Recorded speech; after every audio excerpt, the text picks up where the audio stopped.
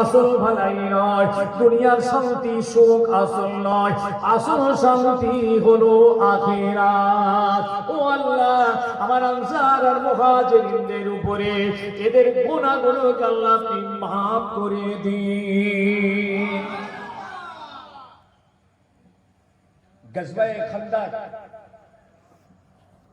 যুদ্ধ পরীক্ষা খনন হয়ে গেল, মাটি কোড়া কমপ্লিট। কি हैरान, কি দূরদর্শিতা, কি ডিফেন্স, কি কলাকৌশল। খালি নবী বলেছে নামাজ পড়ো, দেখেছেন নামাজ পড়ো রোজা রাখো না, প্র্যাকটিক্যাল এসেছেন। দেখুন বর্তমান পরিস্থিতির মোকাবেলা করার জন্য রাসূল সাহাবীদের নিয়ে তার কৌশল তৈরি করেছেন। গরিব পরীক্ষা খনন হয়ে গেল, দুশমনরা এসে হাজির উপারে, সাহাবীদের নিয়ে রাসূলের পারে, মাঝখানে পরীক্ষা। ওরা তো এসে অবাক, এই কি পরিকল্পনা জীবনে দেখিনি, এ কি ধরনের ডিফেন্স বলে একে। এত ভৌগোলিক কায়দায় রাসূল এটা করেছিলেন। একদিকে পাহাড়, একদিকে এই গর্ত, একদিকে সাহাবীরা, একদিকে দুশমনরা। দারুণ ভৌগোলিক চিন্তা ভাবনা করে হুজুর এই নকশাটা করলেন। ভাই কথা বুঝতে পারছি? ব্যাস ওপারে এসে গেছে, এসেছে তো একজন, এমন একজন ব্যক্তি সে ডাকছে, সে চেষ্টা করছে ঘোড়াটাকে এপারে আনার। লোকটার বয়স হচ্ছে 90 বছর। কত বছর? 90 বছর বয়স। আমর বলে নাম। একা লোকটা 100 লোকের সঙ্গে মোকাবিলা করতে পারে। এরকম একজন বীর পাহালবান ডাকছে মোকাবিলা, এসো। কিন্তু ওকে তো পার হতে হবে। এ মাথাও মাথা করছে, এ মাথাও মাথা করছে, এ মাথাও মাথা করছে। কোন জায়গা দিয়ে পার করবো? ঘোড়াটা ভয় কেছে পড়ে যায় যদি গাড়িটায়, আর পড়লে আর উঠতে পারবে। এইরকম এই মাথাও মাথা করতে করতে একটা জায়গা দিয়ে ও কিন্তু ঘোড়াটাকে পার করে দিয়েছে। যেই রাসূলুল্লাহর দিকে চলে এসছে পার হয়ে পারে, এসে বলছে এসো, কে আছে? মোকাবেলার জন্য চলে এসে মোকাবেলার জন্য ডাকছে। আল্লাহ নবী লক্ষ্য করে দেখলেন এমন একজন বাহাদুরি পার এসে গেছে এবং মোকাবেলার জন্য ডাকছেন। আল্লাহ নবী ওই সময় আওয়াজ দিলেন, ওয়া মাসাবিরা, কে আছো বাবা এসে এসো, কে আছো বাবা এসো, এই আমাদের সঙ্গে মোকাবেলা করতে হবে, তাড়াতাড়ি বেরিয়ে এসো। আল্লাহ নবীর এই ডাক শুনে সাহাবীদের ভিতর থেকে সর্বপ্রথম দাঁড়িয়ে বললেন হযরত আলী কারামাল্লাহু ওয়াজহু, শেরে খোদা আলী রাদিয়াল্লাহু দাঁড়িয়ে বললেন, ইয়া রাসূলুল্লাহ আলী হাযা, হুজুর আমি এই মোকাবেলার জন্য তৈরি রয়েছি।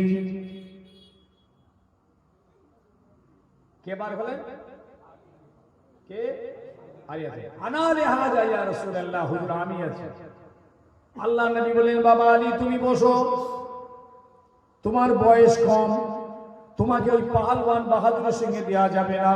আয়াইদান বসে বললেন। খালি মোহাব্বত এইখানটা নয়, এটা তো একটা মোহাব্বত দেখাচ্ছে।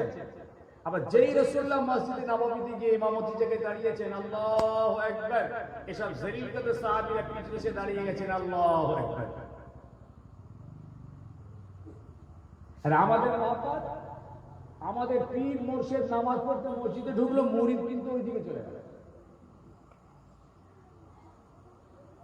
তাই কি ভুল বলছি? আরে হুজুর নামাজ পড়তে মসজিদে যাচ্ছে তো মুরিদও তো যাবে। হুজুর সারা রাত ওয়াজ করলো, আমরা আলেমে হাক্কানি নায়েবে নবী ওয়ারাসাতুল আম্বিয়া সারা রাত ওয়াজ করেছেন, পর পর বক্তা এসেছেন, আপনারা সারা রাত ওয়াজ শুনেছেন। এইবার হুজুর ফজরের আজান হয়েছে, যেই মুরিদ নামাজ পড়তে দাঁড়িয়েছে, সব শ্রোতা ওই দিকে ব্যাক মেরেছে। কি ভাবছেন কে বাঁচাবে আপনাকে আমাকে? নবী পাক সাল্লাল্লাহু আলাইহি ওয়াসাল্লাম যেমন, শুনে রাখুন, যেমন আল্লাহকে, আল্লাহর জিহাদের ময়দানে রাসূল গেছেন, দ্বীনের দাওয়াত দিয়েছেন, ব্যবসা বিজনেস করেছেন, ছেলে মেয়ে বিবি বাল বাচ্চাদের লালন পালন করিয়েছেন, যুদ্ধের ময়দানে গেছেন, আবার আল্লাহকে ভয়ও করেছেন। রাসূলের জীবন, তিনি যেমন আল্লাহর ইবাদত বন্দেগী করেছেন, আল্লাহকে ভয়ও করেছেন, আবার জিহাদের ময়দানে গেছেন, আবার ছেলে বিবি বাল বাচ্চাদের নিয়ে সংসার করেছেন, আবার ব্যবসাও করেছেন, আবার ভেড়া ছাগল ওর দম্পাকে নিয়ে মাঠে চড়িয়েছেন, আবার সময়ে খোদার ভয়ে তিনি আল্লাহর কাছে কেঁদেছেন। আমাদের অবস্থাটা কোনখানটা আপনি একটু বলুন না, বলুন আমরা কোনখানটাই বলুন।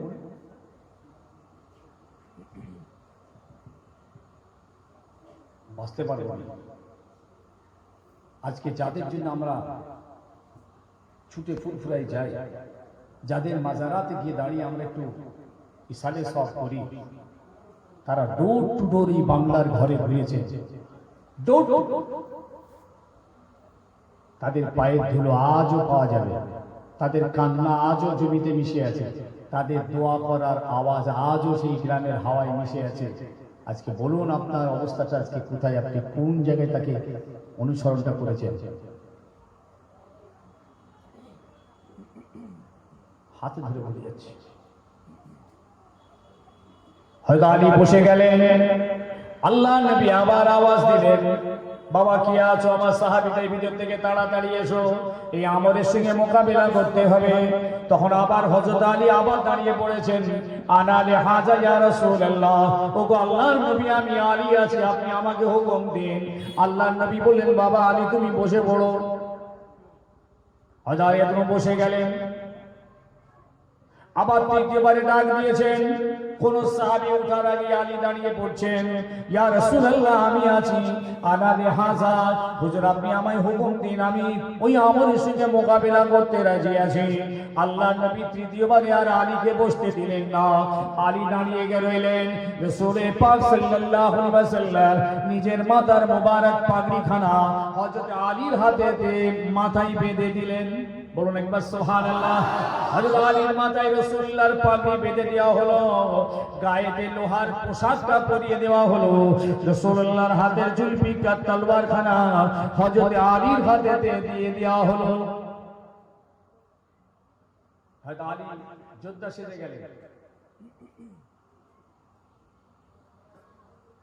যোদ্ধা।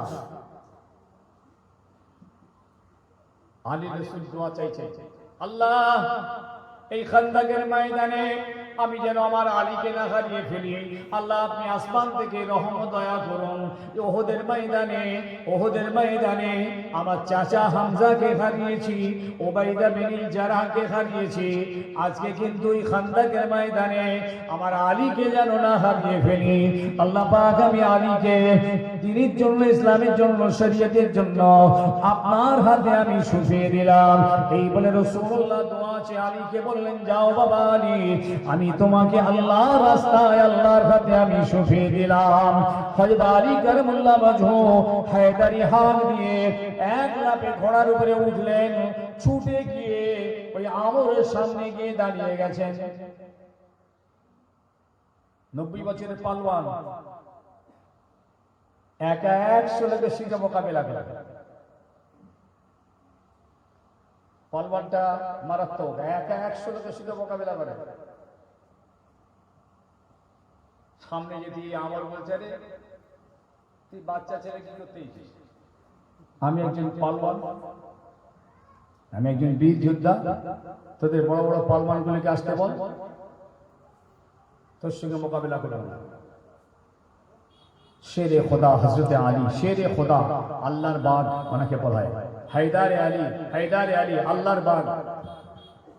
আলী রাতুলকে হায়দার বলা হতো, শেরে খোদা বলা হতো। উনি জবাব দিয়েছেন, রে আমর, আজকে শুনে রাখ, আমার মাথায় আমার রাসূলুল্লাহর পাগড়ি আছে, আমার হাতে আমার রাসূলের তলোয়ার আছে, আমার শরীরে লোহার জেরা আছে, আর আমার উপরে আমার নবীর দোয়া আছে।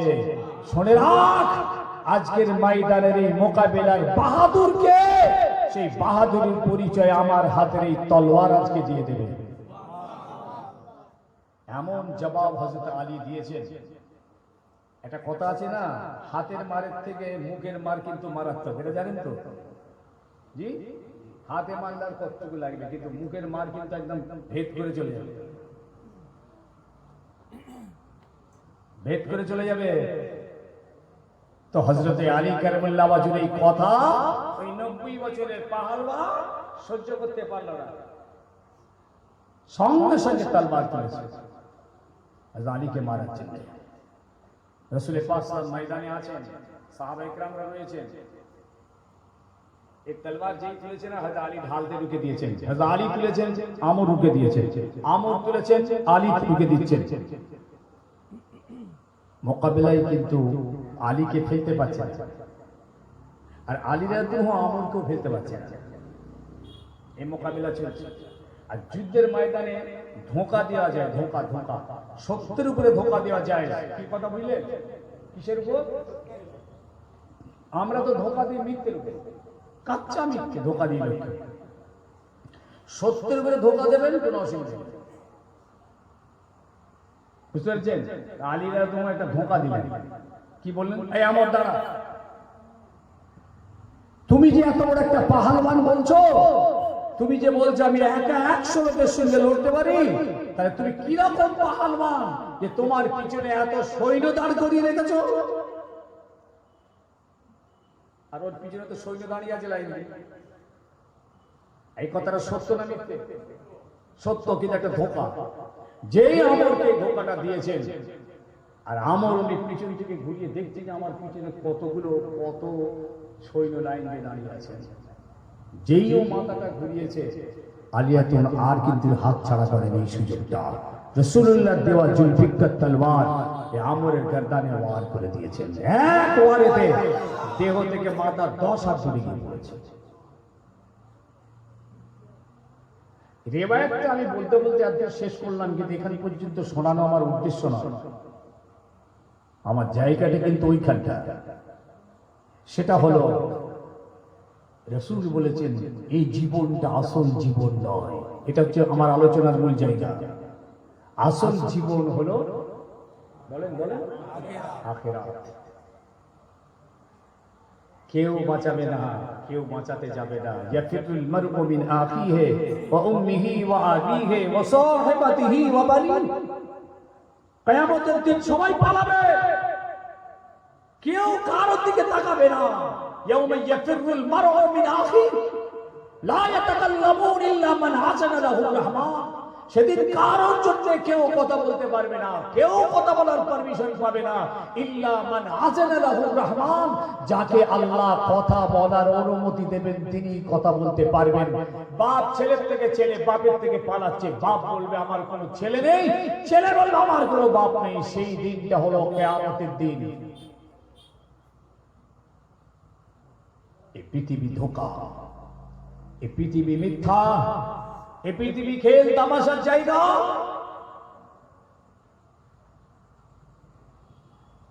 আল্লাহ পাক কোরআন পাকের ভিতরে আবার ঘোষণা দিয়ে জানিয়ে দিলেন, ও আমার বান্দা ভালো করে মনে রেখো, সুইয়্যিনা লিন-নাসি হুব্বুশ শাহাওয়াতি মিনান নিসা ওয়াল বানিন ওয়াল কানাতিরিল মুকান্তারা মিনাজ যাহাব ওয়াল ফিদ্দা ওয়াল খাইলিল মুসাওওয়ামাতি ওয়াল আনআম যালিকা মাতাউল হায়াতিদ দুনিয়া ওয়াল্লাহু ইনদাহু হুসনুল মাআব।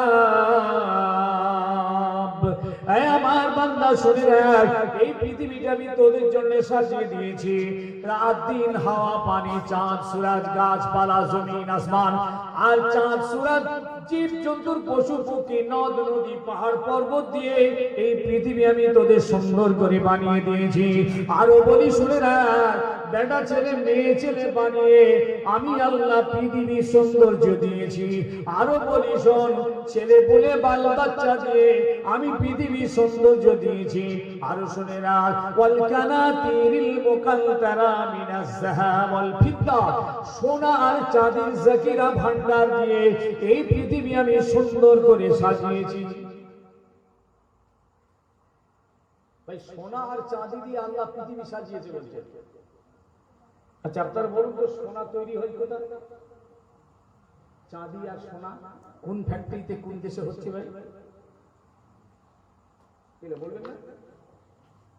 আমরা তো সোনার দোকানে যাই, সোনা কিনি, বেচি, কিন্তু এটা তো বলতে জানতে হবে যে সোনা তৈরি হচ্ছে কোথায়, ফ্যাক্টরিটা কোথায়, কারখানাটা কোথায়। আমার ভাই বলছিল আপনারা কি বলছেন?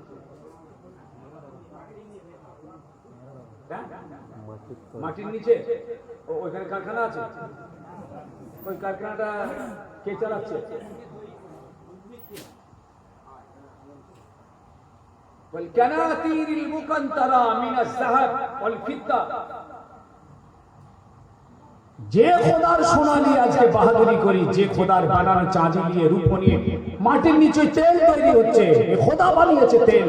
মাটির নিচে লবণ, মাটির নিচে কয়লা, মাটির নিচে সোনা, মাটির নিচে চাঁদি, মাটির নিচে হাজারো খনিজ দ্রব্য রয়েছে, সেসব আল্লাহ পাকের তৈরি।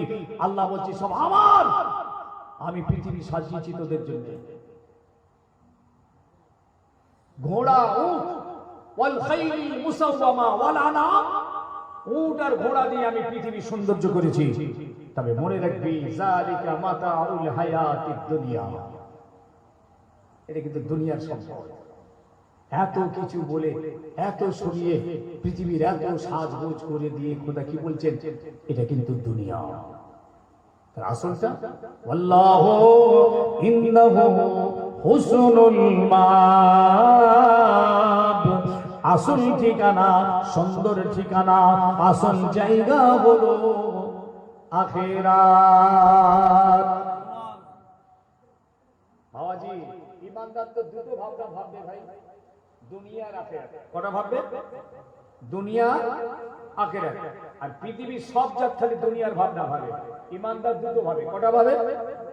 দুনিয়া আর আখিরাত, দুটো নিয়ে ইমানদারদের জীবন, দুটো নিয়ে ইমানদারদের জীবন। আর ইমানদারদের জীবনও হলো দুটো, একটা হলো এই যে জীবনে আমরা বেঁচে আছি, আর একটা হলো আখিরাতের জীবন, আলেমে বারজাখের জীবন, কিয়ামতের ময়দানের জীবন। আর এই পৃথিবীতে যে জীবন নিয়ে বেঁচে আছি এর একটা জীবন। কিন্তু সারা পৃথিবী দুটো ভাবে না, তারা একটাই ভাবে, একটাই চিন্তা তাদের। আমাদের দুটো চিন্তা, একটা পৃথিবীতে বেঁচে থাকার চিন্তা, আর একটা কবর, মাশারে ময়দান, সেখানে বাঁচার চিন্তা। দুটো চিন্তা নিয়ে আমাদের জীবন, দুটো জীবন আমাদের, দুটো ভাবনা আমাদের। ইমানদার দুটো, কিন্তু একটা নিয়ে ব্যস্ত।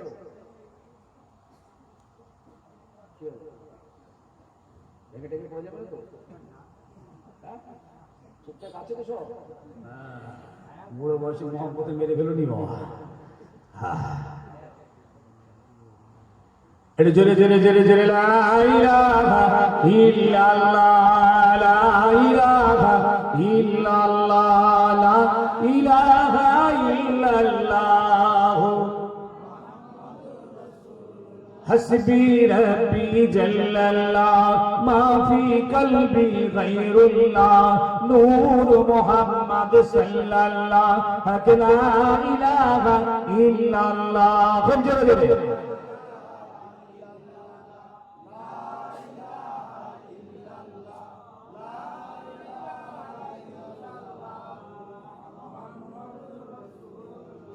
কলমা হবে গোরের বাতি, কলিমা বিনা নাই গতি, কলিমা পড়ন দিবারাতি, কলমা হবে নাজাতের বাতি। আল্লাহুম্মা সাল্লি আলা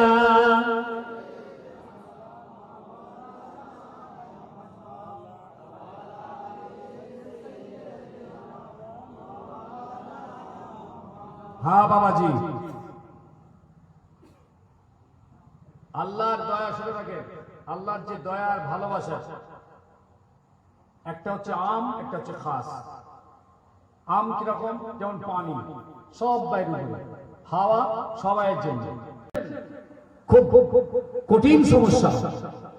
এই জন্য এদেরকে বলি, ওইসব হুজুর কেবলাদের ওয়াজ কিছু কিছু এখনো ক্যাসেটে পাবে।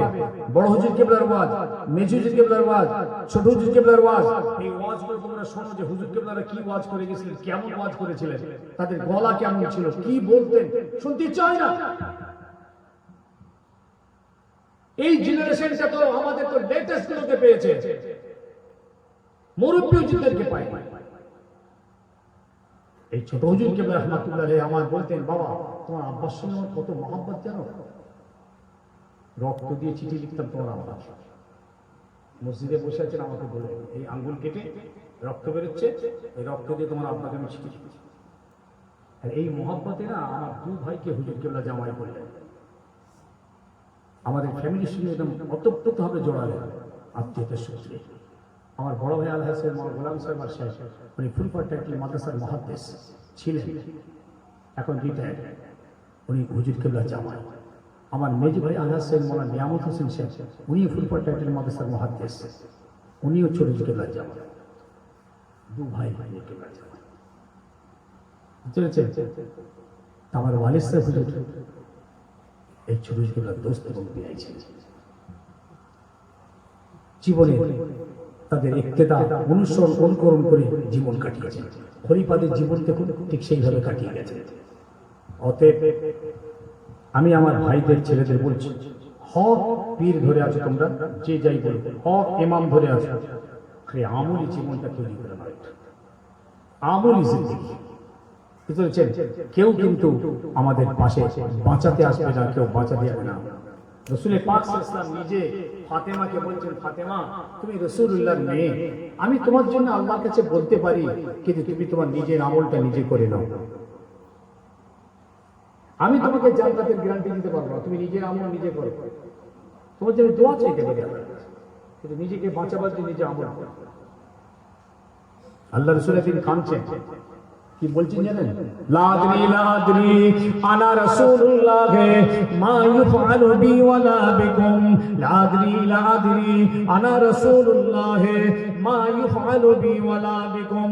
আমি জানি না, আমি জানি না, আমি মুহাম্মদুর রাসূলুল্লাহ, আল্লাহ পাক আমার সঙ্গে কি রকম ব্যবহার করবেন তোমাদের সঙ্গে নয়। কেন তোমরা তো নবী নও, তোমরা তো রাসূল নও, তোমাদের তো কোনো দায়িত্ব ছিল না।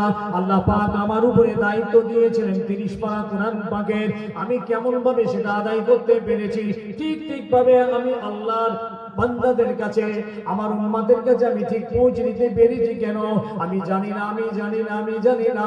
লাদরি লাদরি আনা রাসূলুল্লাহ মা ইউফআলু বি ওয়ালা বিকুম, আমার সঙ্গে কেমন ব্যবহার করা হবে তোমাদের সঙ্গে নয়। আল্লাহ রাসূল বলেন আমার সঙ্গে কি রকম ব্যবহার করা হবে তোমাদের সঙ্গে নয়। আমার খুব চিন্তা হয়। ভাই সকল, হাতে ধরে বলে যাচ্ছি, সোনার ছেলে যুবক, একটাই কথা আজকে বলছি, পীর মাশায়েখকে আমরা ভালোবাসি, ঠিক জায়গায় আছি, ঠিক পথে আছি, অন্তর দিয়ে ভালোবাসুন। মুনাফিকি ভাব যেন আমাদের মধ্যে না আসে, সামনে একরকম পিছনে একরকম না। ভালো যদি বাসো তো অন্তর দিয়ে বাসো এবং তাদের ইত্তেবার অনুকরণ এবং পায়রাবিটা করো। কেউ নেই পাশে, জি। আর এই বলে যাচ্ছি, মোহাব্বত রাসূলের হবে, মোহাব্বত নবীর হবে, মোহাব্বত কোরআনের হবে, আর ইতাআত আর পায়রাবিটা ওদের হবে, ওদের হবে, ওদের সঙ্গে কোনো তাআল্লুক নেই। আশ্চর্য, ওরা আমাদের একটাও নাই না, একটাও নাইনি দেখার একটা, কিন্তু আমরা ওদের নিয়ে বসে আছি। আমাদের সঙ্গে কোনো দ্বন্দ্ব নেই, আমরা শ্রদ্ধা করি তাদের। হিন্দু ভাইদের আমরা ভালোবাসি, মিলেমিশে আছি, মিলেমিশে থাকবো। ও এক শ্রেণীর অসভ্য সমাজের কিছু বদমাইশ জন্ম নিয়েছে, তারা বিভ্রান্ত ছড়াচ্ছে সারা জায়গায়।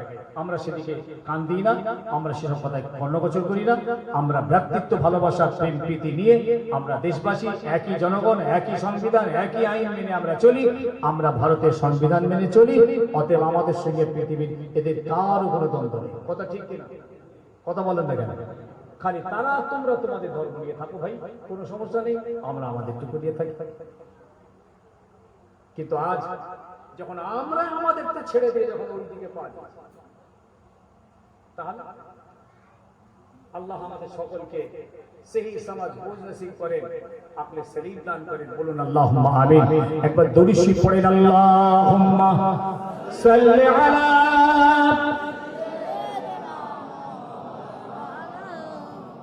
ওয়া আলা আলি সাইয়্যিদিনা। আল্লাহ নবী রওজা পাকের ধারে দাঁড়িয়েছে, একজন রসুল্লাহর আশেক নাত করছে, রসুল্লাহ রওজায়ে গম্বদে খিদরাত ধারে দাঁড়িয়ে নাত রসুল করছেন মোহাম্মদ। या रसूल अल्लाह मुझ पर करम की नजर हो, तेरे दर पे आए हैं बन के सवाली, नूरानी चेहरा सबको दिखा दो, अरमान दिल खुदा रा मिटा दो, मेरे रूबरू आए रोजा तुम्हारी, मेरे नबी के शान है आली। या रसूल अल्लाह मुझ पर करम की नजर हो, तेरे दर पे आए हैं बन के सवाली, अल्लाहुम्मा सल्ली अला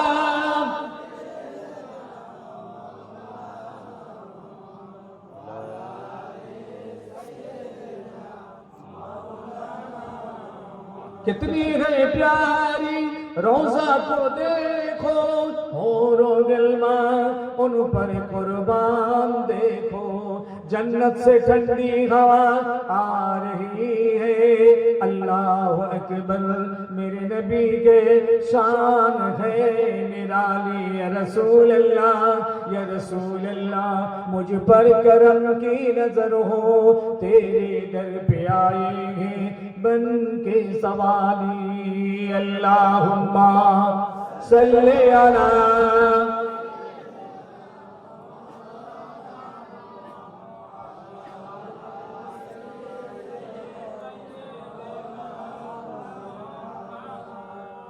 সংক্ষেপ করছি, সবাই দোয়া রাখবেন, ঠিক জায়গায় থাকবেন, পা মজবুত রাখবেন,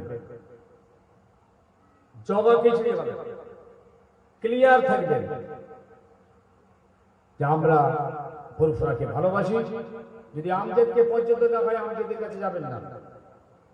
আবার বলছি, আরেকজনের কাছে পর্যন্ত নেই তার কাছে যাবেন না, কিন্তু জমিন ছাড়তে পারবেন না। আবার বলছি, জমিন ঠকায় না, জমিন গাদ্দারি করে না, জমিন আল্লাহর সঙ্গে বান্দার সম্পর্ক তৈরি করে। আজকে যারা জমিনের নিচে মাটির নিচে আরাম করছেন তাদের কাছে যাবেন, তাদের ওসিয়তগুলো খেয়াল করবেন, তাদের জীবন চরিত্র সামনে নেবেন। ছোট যে কেবলার জীবনী আছে কিনে নেবেন, বড় হয়ে বেজে হয়ে সেজে ছোট যে সমস্ত জীবনী আছে একটা করে জোগাড় করে নেবেন, পড়বেন। ফুরফুরা একার সময় বলে বলবো যাবো না, ফুরফুরা ছেড়ে দাও, ফুরফুরা আর কি আছে, আর কে কোথায় যাবে, কোথায় যাবেন ফুরফুরা ছেড়ে? তাহলে বলে যান, পছন্দ হচ্ছে না ওনাকে, ওনার কথাবার্তা আমার আপনার কাছে যাবে না, অসুবিধে নেই। কিন্তু আপনি হাক্কানি আলেম নায়েবে নবী, যাদের মেহনতে, যাদের খেদমতে, যাদের পায়ের ধুলোয়, যাদের চোখের পানিতে মানুষ মানুষ হলো, তাদের দরবার ছেড়ে দেবেন। আর একটা বলে রাখি, অনেক কষ্ট করে ফুরফুরাই যান, আর আমরা অনেক কষ্ট করে আসি। এই দেখুন না, মোটরসাইকেল করে আসতে হবে, এরকম তো 2-4 দিন 6 দিন ঘুরলেই তো ঠান্ডা হয়ে যাবে। আপনাদের কাছে কিছুই মনে হয় না, কিন্তু আমাদের কাছে একদিনে মোটরসাইকেল চাপতে না যেন পাহাড় মনে হয়। গাড়িতে উঠি, আপনাদের দোয়া আছে, গাড়ি যেখানে নামলাম, জলসায় উঠলাম, আবার নেমে গাড়ি দিতে বলবো। কারণ আপনাদের এলাকায় এলে কিন্তু ও কোথাও কোথাও সবাই হেঁটেও যেতে হবে, ভ্যানে উঠতে হবে, আবার মোটরসাইকেল উঠতে হবে, কোথাও হ্যাঁ হেঁটে পানি তো নিয়ে পড়তে হতে পারে। অথচ আমরা যখন 24 পরগনার দিকে যাই, আবার এই মেদিনীপুর আর বাঁকুড়ার নাম করি, কি বলি আর এটা যখন ডায়মন্ডে যাবো না, 5 ঘন্টা লাগবে ফুরফুরা থেকে যেতে। ক ঘন্টা? 5। বড়গেছে জ্যাম, ডুমজুড়ে জ্যাম, সাঁতরাগাছিতে জ্যাম, ওখানে সেই আপনার ওই ওই টোল ট্যাক্সে জ্যাম, ওখানে আপনার ওই ঠাকুরপুকুরে জ্যাম, বেহালাতে জ্যাম, ওইখানে ব্রিজ ভাঙা ঘোরো, এই করতে করতে করতে করতে একবার গিয়ে ওই আমতলায় ঠেকলাম, সেখানে জ্যাম 20 মিনিট। এবার ডায়মন্ডে যে ঠেকে সেখানে হাত দিয়ে চিতিয়ে গেল, ওয়াজ কি করবে, ওদের জোর হাত করে ফেলে। আমি ভাই আমাদের মেদিনীপুর ভালো, কোনো ঝামেলা নেই, গাড়িতে চাপি হাঁ হাঁ করে সিগন্যাল ফিগন্যাল নেই, কোনো ঝামেলা নেই, হাইওয়ে রোড বেরিয়ে যায়। কিন্তু যখন গ্রামে ঢুকে পড়ি না, মন খারাপ হয়ে যায়। রেল লাইন টমকে পাথর ফাথর যদি হোগড়ে পড়ে যায় না, আমাদের সব ডায়াবেটিস এসব চামড়াগুলো না পেঁয়াজের খোলার মতো হয়ে গেছে, ছিলকে চলে যাবে ওই পাথর যদি পড়ে যায় একবার। শুধু পীর বর্ষদের দোয়ার আপনাদের ভালোবাসার দোয়াতে গড়ছে। বড় ভাই সাহেব ৭৯ বছর খেদমত করে গেছে, আল্লাহু আকবার। আল্লাহ সুস্থ রেখেছিলেন, একবারই শরীর খারাপ হয়ে গেল দূরে গেছে, একদম আর সময় দিলেন। উনি বলেছিলেন আমার আব্বা এই চাঁদের দুনিয়া থেকে চলে গেছে, আমার আমার বড় ছেলে এই চাঁদের দুনিয়া থেকে গেছে, আমার আম্মাজি এই চাঁদের দুনিয়া থেকে গেছে, আমিও জানো খুশি মনে হচ্ছে চলে যাব। শেষ ওয়াজ উনি তালতলাহাটের পাশে একটা মহল্লা আছে, ওখানে করেছিলেন মহারানা। 2 ঘন্টার উপর ওয়াজ করে, প্রায় 2.5 ঘন্টা। ওই জীবনের শেষ ওয়াজ ফুলফুরাত। আর ছোট হুজুর কেবল রহমাতুল্লাহ আলাইহি তাআলা জীবনের শেষ ওয়াজ করেছিলেন তালতলাহাট বাজারে। তো ওনারা সব বললেন হুজুর আগামী বছর আপনি আসতে হবে। বড় ভাই বলেছিলেন যে বাবা আল্লাহ মিছিয়ে রাখলে আসবো, জানি না আর হবে কিনা, হায়াত থাকে হবে। তো ব্যাস ওই 1 সপ্তাহের ভিতরেই অসুস্থ হয়ে গেল। এমন মারাত্মক কিছু নয়, কিন্তু একটা শ্বাসকষ্ট শুরু হয়ে গেল। আল্লাহ পাক ওই ওসিলাই তুলে দিলেন। উনি বুঝতে পেরে গেছিলেন অনেক কিছু ব্যাপার আছে, অনেক কিছু কথাবার্তা উনি বলে গেছিলেন। মওতের আগে আল্লাহ পাক কিছু কিছু ইশারা আল্লাহওয়ালাদেরকে জানিয়ে দেন। মওত কখন হবে, কোথায় হবে, কেউ জানে না, কেউ জানে না। আল্লাহ নিজে বলেছেন, আল্লাহ নিজে বলেছেন কেউ জানে না। ওমা তাদরি নাফসুম মাযা তাকসিবু গাদ ওমা তাদরি নাফসুম বিআইয়ি আরদিন তামুত। কোন জমিনে, কোথায়, কখন, কোন অবস্থায় আমাদের মৃত্যু হবে পৃথিবীর কেউ জানেনি আর জানবে না, একমাত্র আল্লাহ ছাড়া। যারা বলেন কে জানে? আল্লাহ জানেন। কেউ, আল্লাহ নিজে বলছেন একমাত্র আমি জানি। 5টা জিনিস আমার হাতে আছে, কাউকে দিইনি। ইন্নাল্লাহা ইনদাহু ইলমুস সাআহ, কিয়ামত কবে হবে এটা আমি জানি। ওয়াইনাজিলুল গায়স, পানি কখন কোথায় হবে এটা আমি জানি। ওয়ায়ালামু মা ফিল আরহাম, মায়ের রেহেমে কোন বাচ্চা কেমন ভাবে ওটা আমি জানি। ওমা তাদরি নাফসুম মাযা তাকসিবু গাদ, আগামীকাল তোমার রিজিকটা কোথায় আছে ওটা আমি জানি। ওমা তাদরি নাফসুম বিআইয়ি আরদিন তামুত, আর কোন জমিনে কখন কি অবস্থায় মৃত্যু হবে ওটা আমি জানি। কেউ জানে নাকি? কে কোন কথা বলবেন? বলা যায় না, কেউ বলে ফেললেই হলো। আখিরি জামানা তো, বড় বড় কারামাত বুজুর্গি দেখালেই হলো। কে কোথা মরবে, হ্যাঁ হ্যাঁ আমার জানা আছে, আমি কোথায় মরবো, কবে মরবো। একজন কেউ যদি জানেন তাহলে উঠে আসে, জবরদস্ত আল্লাহর বলি ঠ্যাং ধরে মুড়ি ধরে পারবো না। তো বড় ভাই সাহেব কিছু কিছু ইশারা বলছিলেন যে মনে হয় আর থাকবো না। একটা দরজা ছিল বলে এটাকে ভেঙে বড় কর। সবাই বলছে কেন, এটা পরেই হবে। বলছে না না, কর না। ওনার বাড়িতে ঢুকতে গেলে এই সদর দরজা ঢুকে না, এরকম বাঁ দিকে ক্রস নিয়ে ফের ডান দিকে যেতে গেছে। বড় ভাই সদর দরজাতে ঢুকলেন, এরকম পশ্চিম মুখে ঢুকলেন, তো ঢুকে এরকম দক্ষিণ মুখে হয়ে গেল, ওই আবার আপনি। কিন্তু ও তো খাটিয়া বেরোবে না। উনি মৃত্যুর কয়েকদিন আগে বলছে যে একটা দরজা ছোট্ট মতো সরাসরি সোজা শুয়েছে, এটাকে ভেঙে ফেলে, ভেঙে বড় করে দেয়। লাশটা ওইখান দিয়ে বেরিয়েছে, ঘরের ভিতর দিয়ে এসে ওই দর দিয়ে পুরো সদর দর দিয়ে বাইরে। সবাই পরে ভাবছে যে কেন উনি এই গেটটা খোলার জন্য এত ব্যস্ত হয়েছে। এইগুলো হচ্ছে আল্লাহ পাকের একটা ইশারা। অনেক সময় অনেক মানুষ জানতে পারেন, আল্লাহ ওলিরাও জানতে পারেন, আল্লাহ পাক জানালে বুঝতে পারেন তারা যে এই অবস্থা হবে। সারা জীবন তিনি সবর আর ধৈর্যের উপরে অটল অচল হয়ে গেলেন। হকের উপরে কথা বলে গেছে, ন্যায় কথা বলে গেছে, ছেড়ে কথা বলতে না, সত্যের উপরে দাঁড়িয়ে এবং হক এবং নাহক দুটোকে পরিষ্কার করে হুজুর সারা জীবন বলে গেছে মানুষের কাছে। আল্লাহ পাক তানার রুহের মাগফিরাত চাই, আল্লাহ তানাকে জান্নাত নসিব করেন। তানার বড় সাহেব দাদা চলে গেছেন 30 বছর। আব্দুল গফুর, আপনারা দেখেন 30 বছর আগে ইন্তেকাল করেছেন আব্দুল গফুর, হুজুরের বড় ছেলে। হালকা বয়সে চলে গেছেন, এই 20-22 বছর বয়সে ইন্তেকাল হয়ে গেছে। একটা বাচ্চা দেখে, সে বাচ্চাটা আপনারা যে দেখেন তো দরবারে আছে, বড় হয়ে গেছে, পড়াশোনা শেষ করেছে, মজলিসে করে না, বলে দাদু যে ওয়াজ টাজ করবো না। অজের লাইনে যাবো না। তো কি করবে তুমি? বলে ব্যবসা ট্যাবসা চাকরি বাকরির দিকে থাকবে। বুঝতে পেরেছেন? একটাই ছেলে, আব্দুল গফুর, বড় ছেলে, 30 বছর আগে ইন্তেকাল হয়ে গেছে। এখন দু ছেলে, আমার সাইফুল্লাহ বাবাজি আর তিবিয়ান বাবাজি, দু ছেলে আছে, আর একটা পোতা। চলে যাবে, আমাদেরকেও যেতে হবে আগে আর পরে। বুঝেছেন? নিজের কাজ নিজে গুছিয়ে নাও ভাই তাড়াতাড়ি। বাদিরু বিল আমাল কাবলা আন তামুত।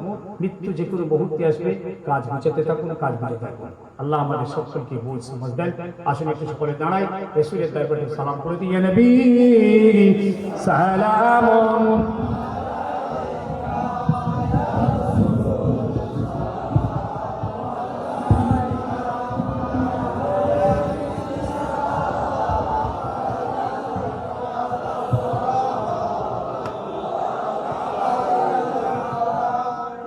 কাতার দেখ, যেমন ভাবে আছে একটু কাতার দিয়ে দেখি, কাতার দিয়ে কাতার কাতার কাঁধে কাঁধ লাগিয়ে নামাজের মধ্যে একটু পাশাপাশি দাঁড়ান না, দেখি কিরকম তাড়াতাড়ি নামাজের অভ্যাসটা আছে।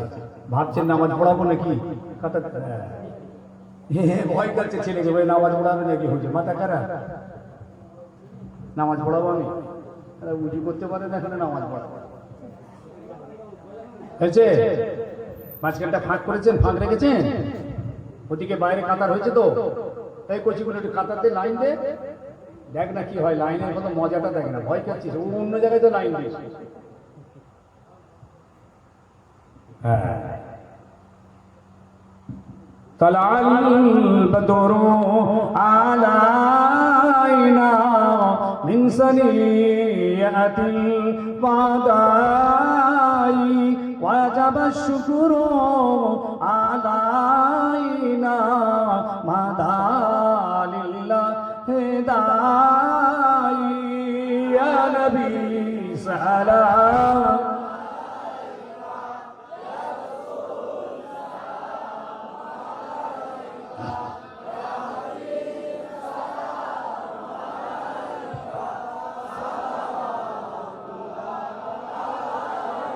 এ নবী লাও সালাম আমার, এ নবী লাও সালাম এ জালসান, এ নবী লাও সালাম এ বাংলার আমরা যে অধম গুনাহগার। এ নবী সালাম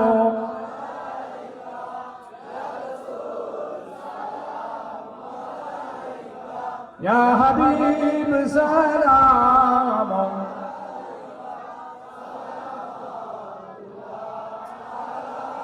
মাশাআল্লাহ মাশাআল্লাহ, ওইভাবে বসেন, কেউ কাতার ভাঙবেন না, ওইভাবে বসেন, লাইন দিয়ে বসুন।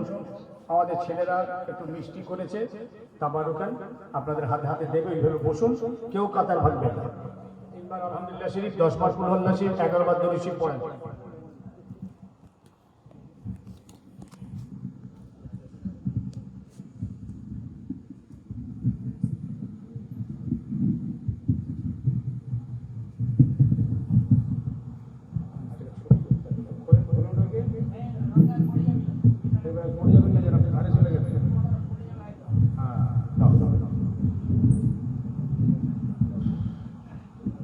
ভাই সাহেব